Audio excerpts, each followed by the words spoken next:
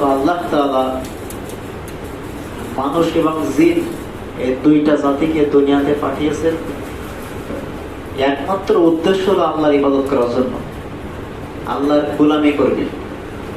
একমাত্র এই কারণে আল্লাহ তাআলা দুনিয়াতে পাঠিয়েছেন। তো এই পৃথিবীর প্রথম বাসিন্দা ছিল জিন। তো জিনেরা কিছুদিন পরে তারা দুনিয়ার ভিতরে বিপর্যয় শুরু করলো, গন্ডগোল, মারামারি, কাটাকাটি শুরু করলো।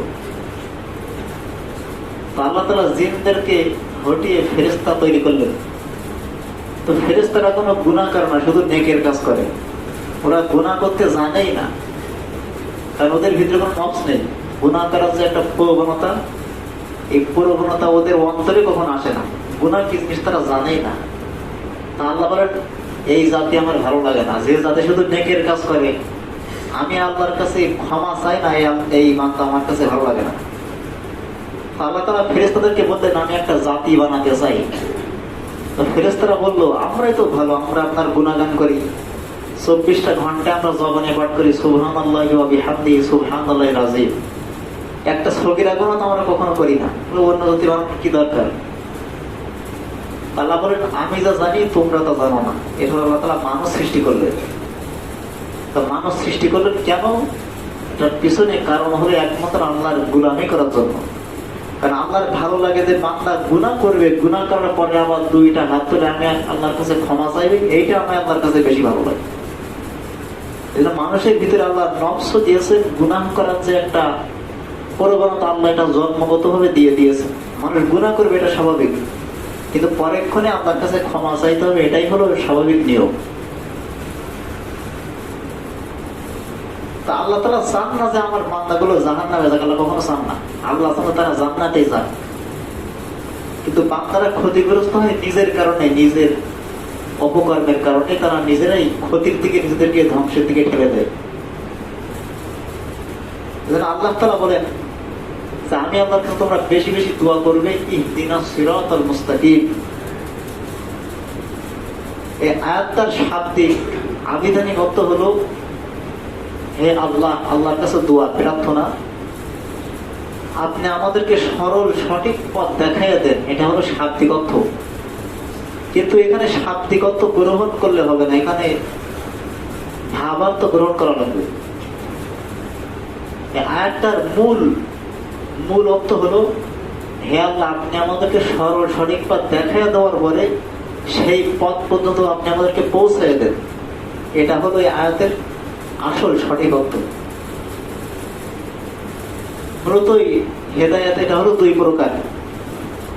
একটা হলো কোনো মানুষকে পথ শুধুমাত্র দেখিয়ে দেওয়া, যে আপনি এখান থেকে ডাইনে যাবেন, ডাইনের থেকে আবার বামে যাবেন, ওখান থেকে আবার সোজা যাবেন। কাউকে আমি দেখিয়ে দিলাম, এভাবে এভাবে এভাবে যাবেন। আর এক প্রকার হলো, আমি কোনো মানুষকে হাত ধরে যেখানে যাবে তাকে টানতে টানতে সেই জায়গায় পৌঁছিয়ে দিয়ে আসলাম। কথার কথা, কোনো মানুষ এখান থেকে সহস্রাইল বাজারে যাবে, তো সেই পথ সম্পর্কে সে জানে না, অল্প। সে বললো, আমার একটু পথটা দেখাই দেন। আমি বলবো, আপনি এখান থেকে ডাইনে যাবেন, আবার বামে যাবেন, এরপরে সোজা যাবেন, আপনি সহস্রাইল চলে যাবেন। আর এক প্রকার হলো, লোকটাকে আমি হাত ধরে সহস্রাইল বাজারে নামিয়ে দিয়ে আসলাম। এখন ওই ব্যক্তি সহস্রাইল যাওয়ার ক্ষেত্রে বেশি উপকার হবে দ্বিতীয়টা, তাকে আমি হাত ধরে তাকে বাজারে পৌঁছিয়ে দিয়ে আসলাম। সে কখনো অন্য জায়গায় যাবে না ভুলে। আর আমি তাকে যে প্রথমে শুধুমাত্র পথটা দেখিয়ে দিলাম, আমি প্রথমে বলেছিলাম ডাইনে যাও, সে হয়তো ভুলে বামে যেতে পারে, অন্য পথে চলে যেতে পারে। তো এখানে হেদায়েতের উদ্দেশ্য হলো সঠিক পথে পৌঁছিয়ে দেওয়া। এজন্য আল্লাহর কাছে বেশি বেশি দোয়া করা দরকার, হে আল্লাহ, আপনি আমাদেরকে সঠিক পথ দেখায় দেওয়ার পরে সেই পথে আমাদেরকে আপনি পৌঁছায় দেন। আর একবার যেই ব্যক্তি সেই পথে পৌঁছে যাবে, সেই ব্যক্তির পথভ্রষ্ট হওয়ার কোনো সম্ভাবনা থাকে না। একদিন রাসূল সাল্লাল্লাহু আলাইহি ওয়াসাল্লাম তার সাহাবী হযরত জাবের ইবনে আব্দুল্লাহ রাদিয়াল্লাহু তাআলা আনহু, তিনি বলেন, একদিন আমার নবীজির কাছে বসা ছিলাম সাহাবায়ে কেরাম সহ, খাত্তান, তিনি নিজের আঙ্গুল দিয়ে একটা সোজা রেখা টানলেন মাটিতে। ওয়া খাত্তা খাত্তাইনা আন ইয়ামিনিহি, প্রথমে যে সোজা একটা রেখা টানলেন, ওই রেখার ডান দিকে আরো দুইটা রেখা টানলেন। ওয়া খাত্তা খাত্তাইনা আন ইয়াসারিহি, এবং প্রথমে যে সোজা রেখাটা টানছিলেন তার বাম দিকেও তিনি দুইটা রেখা টানলেন।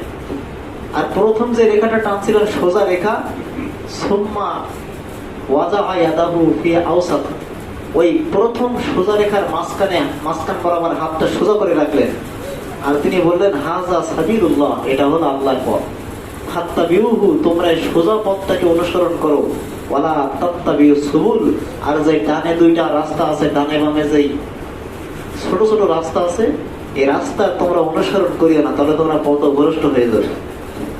এমনকি নবীজি আরেকটা হাদিসে বলেন, বুখারী শরীফের বর্ণনা, ইসলামের পথ হলো সরল, সহজ, সঠিক রাস্তা, সোজা রাস্তা। তো যে কোনো মেন রোড দেখবেন, বিশ্ব রোড, এই রোডের ডাইনে কিন্তু অনেক রোড থাকে। এই যে বোয়ালমারি রোডটাই ধরেন, একটা রোড চলে গেছে আলফাডাঙ্গার দিকে, আর একটা আসছে এই যে সূর্য বাজারের দিকে। তা আপনি যদি জান্নাতের পথে যাইতে চান, উদাহরণস্বরূপ বোয়ালমারি যাইতে চান, আপনাকে আলফাডাঙ্গার দিকে গেলেও হবে না, আবার এই যে সূর্য বাজারের দিকে আসলেও হবে না, আপনাকে সোজা রাস্তা দিয়ে বোয়ালমারি যাওয়া লাগবে। তা আপনি যখনই সোজা রাস্তা দিয়ে বোয়ালমারি যাবেন, তো ওই ডাইনে বামে যে রোড গুলো আছে, ওই রোডের মাঝখানে অনেক ভ্যান থাকে, অনেক ইজি বাইক থাকে। ওরা বলে আমার ভ্যানে আসেন, আমার ভ্যানে আসেন। আবার সসরালির দিকে যে মোড় আছে, ওরা বলে আমার ভ্যানে আসেন। কিন্তু ওদের কথা শুনে ওই ডাইনে বামে গেলে আপনার বিপদ। তদ্রুপ আপনি জান্নাতের পথে সোজা যাইতেছেন, তো সোজা যাইতে ডাইনে যে রোড আছে, ওই রোডের মাঝখানে একটা শয়তান দাঁড়ানো থাকে। শয়তান বলে যে এই পথে আসো, এটাই হলো জান্নাতের পথ। তো আপনি এর কথা না শুনে সোজা চলে গেলেন, আর একটু সামনে গিয়ে বামে যে রোড ছিল, ওই রোডের মাঝখানে একজন শয়তান দাঁড়ানো। শয়তান বলবে সোজা যেও না, ওটা হলো জাহান্নামের পথ। আমি যেদিকে ডাকতেছি বামে, এইটা হলো জান্নাতের পথ। তো এরকম দুইটা পথ পাড়ি দিয়ে সামনে গেলে আরো তো অনেক রোড থাকতে পারে ডাইনে বামে। প্রত্যেকটা রোডে একটা করে শয়তান থাকে। প্রত্যেক শয়তান বলে আমার পথে আসো, এ বলে আমার পথে আসো। কিন্তু আল্লাহ বলে না, তোমরা জান্নাতে যেতে চাইলে, জান্নাতবাসীদের অন্তর্ভুক্ত হতে চাইলে, তোমরা এই সরল সঠিক পথে, সোজা পথে চলবে। ডাইনি ভাবে কোনো শয়তানের কথাই কর্ণপাত করবে না, তাহলে তোমরা পথভ্রষ্ট হয়ে যাবে।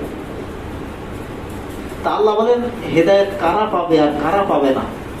হেদায়েত পাবে কারা, আল্লাহ নিজে সেটা বলেছেন যে ফাআম্মাল্লাযীনা আমানু, অতঃপর যারা ঈমান আনলো, বিশ্বাস স্থাপন করলো, ওয়াতাসামু বিহি, শুধু ঈমান এনে তারা বসে থাকে না, ঈমানের পাশাপাশি আমল করলো, ঈমানকে তারা দৃঢ়ভাবে শক্ত করে আঁকড়ে ধরলো, তাহলে আল্লাহ তাদের কি পুরস্কার দিবেন? সায়ুদখিলুহুম ফি রাহমাতিন মিনহু ওয়া ফাদলিন, আল্লাহ তাদেরকে স্বীয় অনুগ্রহ, দয়ার চাদরের মধ্যে তাদেরকে আবৃত ঢেকে দিবেন। ওয়ায়াহদিহিম ইলাইহি সিরাতাম মুস্তাকিমা, এবং আল্লাহর নিকটবর্তী হওয়ার, আল্লাহর কাছে যাওয়ার সঠিক পথ আল্লাহ নিজেদেরকে দেখিয়ে দিবেন। তাহলে হেদায়েত পাওয়ার জন্য পূর্ব শর্ত হলো 1 নম্বর ঈমান, বিশ্বাস স্থাপন করতে হবে, আর দ্বিতীয়ত ঈমানের পাশাপাশি আমল করতে হবে। একজন মানুষের ঈমান আছে কিন্তু আমল করে না, তার ঈমান আছে কিন্তু নামাজ, রোজা, হজ, যাকাত, ইসলামের যে বিধিবিধান গুলো আছে, এগুলো সে ভুরুক্ষেপই করে না, তো এটা অনেক ক্ষতিগ্রস্ত হয়ে যাবে। এমনকি হতে পারে একটা সময় সেই ঈমান হারাও হতে পারে। আবার কোন মানুষ যদি আমল করে, 24 ঘন্টা নামাজ পড়ে, কিন্তু ঈমান নাই, ওই ব্যক্তির আমল কোনো কাজে লাগবে না। ঈমান ছাড়া আমল কখনো আল্লাহর দরবারে গ্রহণযোগ্য হবে না। একটা উদাহরণ যেরকম দেখেন, যে আপনার বাড়িতে যদি একটা মূল্যবান একটা দামি ফলের গাছ থাকে, দামি ফলের গাছ, তো এই ফলের গাছটাকে পশু পাখি, ছাগল, গরুর হাত থেকে বাঁচানোর জন্য মানুষ কি দেয়? চারি সাইডে ঘের দেয়, বেড়া দেয়, যেন ওই আমার গাছটা ছাগল গরুতে খাইতে না পারে। তো মনে করেন এই যে ফলের গাছ হলো আপনার ঈমান, আর চারি সাইডে যে আপনি ঘের দিলেন, বেড়া দিলেন, এটা হলো আপনার আমল। তো ঈমানকে হেফাজত করার জন্য, সংরক্ষণ করার জন্য ওই চারি সাইডে বেড়া, মানে কি আমল দিয়ে আপনাকে ঈমানকে সংরক্ষণ করতে হবে। আর ছাগল গিয়ে যে আপনার গাছের পাতা খেয়ে ফেলে, গরুতে খেয়ে ফেলে, এগুলো মূলত উদাহরণ হলো শয়তান। ওই ছাগল গাছের পাতা খাচ্ছে মানে কি শয়তান আপনার ঈমান নষ্ট করার চেষ্টা আছে। তো ঈমান যেন নষ্ট করতে না পারে, এজন্য আপনি আমল দিয়ে আপনার ঈমানটাকে ঘেরে দেন, বেষ্টন করে দেন। এরপরে আল্লাহ তাআলা যে বললেন তোমরা আমি আল্লাহর কাছে দোয়া করো, হে আল্লাহ আমাদেরকে সরল সঠিক পথ দেখায় দেন। তো সরল সঠিক পথ কোন পথ? সিরাতাল্লাযীনা আন'আমতা আলাইহিম, ওই ব্যক্তির পথ আমাদেরকে দেখায় দেন, তাদের পথে চালান আপনি যাদেরকে অনুগ্রহ করেছেন, নিয়ামত দান করেছেন। গায়রিল মাগদুবি আলাইহিম, তাদের পথে চালায়েন না যাদের প্রতি আপনার গজব নাজিল হয়েছে, ওয়ালা দাল্লিন, যারা পথভ্রষ্ট গোমরা, এদের পথে আপনি আমাদেরকে চালায়েন না।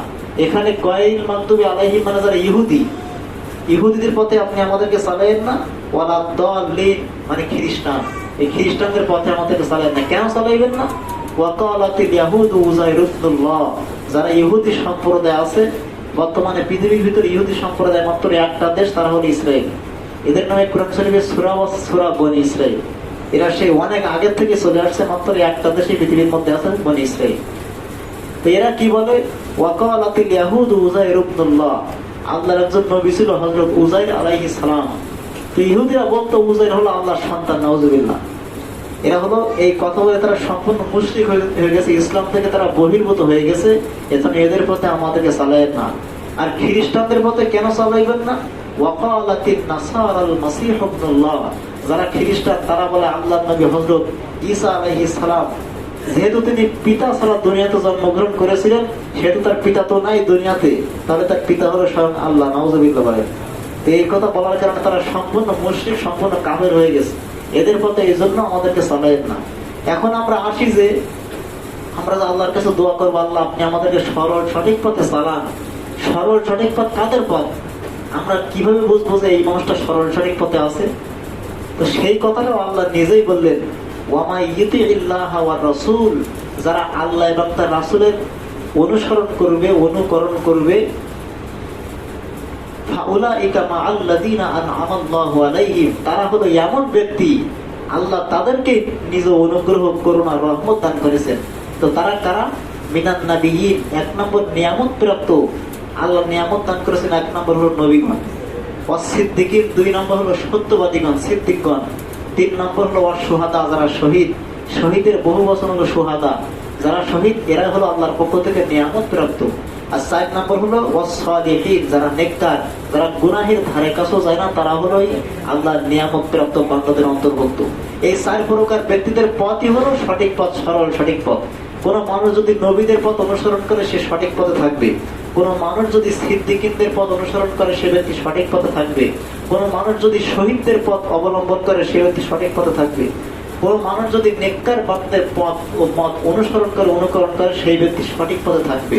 ওয়াহাসুনা উলাইকা রফিকা, আর এই 4 প্রকার ব্যক্তি যারা আছে, নবীগণ, শহীদগণ, সিদ্দিকগণ, সালেহ, নেককারগণ, এই 4 প্রকার ব্যক্তি হলো তোমরা তোমাদের সঙ্গী হিসাবে অনেক অনেক উত্তম। এদেরকে সঙ্গী সাথী বানানো উচিত। তো যাই হোক, যে কথাগুলো বললাম, আল্লাহ আরো বলেন যে ওয়াহাদাইনাহুন নাজদাইন, আমি তোমাদেরকে 2টা পথ দেখিয়ে দিয়েছি। অর্থাৎ 2টা পথ তোমাদের সামনে আছে, একটা হলো জান্নাতের পথ আর একটা হলো জাহান্নামের পথ। এজন্য তো আল্লাহ বলেন ফারিকুম ফিল জান্নাতি ওয়া ফারিকুম ফিস সাইর, একটা দল যাবে জান্নাতে আর একটা দল যাবে জাহান্নামে। কারণটা কি? আমি তাদেরকে যে হেদায়েত দিয়েছিলাম, কিন্তু হেদায়েত পাওয়ার জন্য যে চেষ্টা প্রচেষ্টা করার দরকার, ওরা সেই চেষ্টা প্রচেষ্টা করে না। এমনকি হেদায়েত মূলত কোনো মানুষ নিজে নিজে অর্জন করতে পারে না। নবীজি তার আপন চাচা হযরত আবু তালেব, তিনি যখন দুনিয়ার থেকে চলে যাচ্ছিলেন, মুমূর্ষু অবস্থায় ছিলেন, নবীজি তাকে বলেন আপনি একবার কালেমাটা পড়ে নেন, আমি আপনাকে আপনার জন্য শাফাত করব। তো তিনি কালেমা গ্রহণ করেন নাই। অনেকে বলে যে তিনি নাকি মনে মনে বলেছিলেন, কিন্তু ইমানের ক্ষেত্রে মনে মনে বলা যাবে না। যে সময় আমার জীবনটা চলে যাচ্ছে ওই সময় গোপনে ইমান আনার কোনো প্রয়োজন নাই, ওই সময় উচ্চ স্বরে কালেমা পড়তে হবে।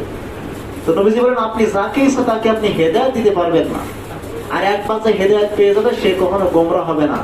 মাই ইয়াহদিল্লাহু ফাহুয়াল মুহতাদ, আল্লাহ যাকে হেদায়েতের পথ দেখিয়ে দেন সেই ব্যক্তি সুপথপ্রাপ্ত। ওয়ামাই ইউদলিল, আর যেই ব্যক্তি পথভ্রষ্ট হয়ে যায়, ফালান তাজিদ লাহু ওয়ালিয়াম মুরশিদা, হে নবী আপনি ওই গোমরা পথভ্রষ্ট ব্যক্তির জন্য কখন আপনি সঠিক পথের দিশা দেখাইয়া দেবে এমন কাউকে পাইবেন না। কারণ আল্লাহ যাকে একবার পথভ্রষ্ট বানিয়ে দিবে, বিশ্বের এমন কোন মানুষ না তাকে আর হেদায়েত দিবে। আর আল্লাহ যাকে একবার সঠিক পথ দেখাইয়া দিবে, বিশ্বের এমন কোন মানুষ নাই তাকে গোমরা বানিয়ে দিবে।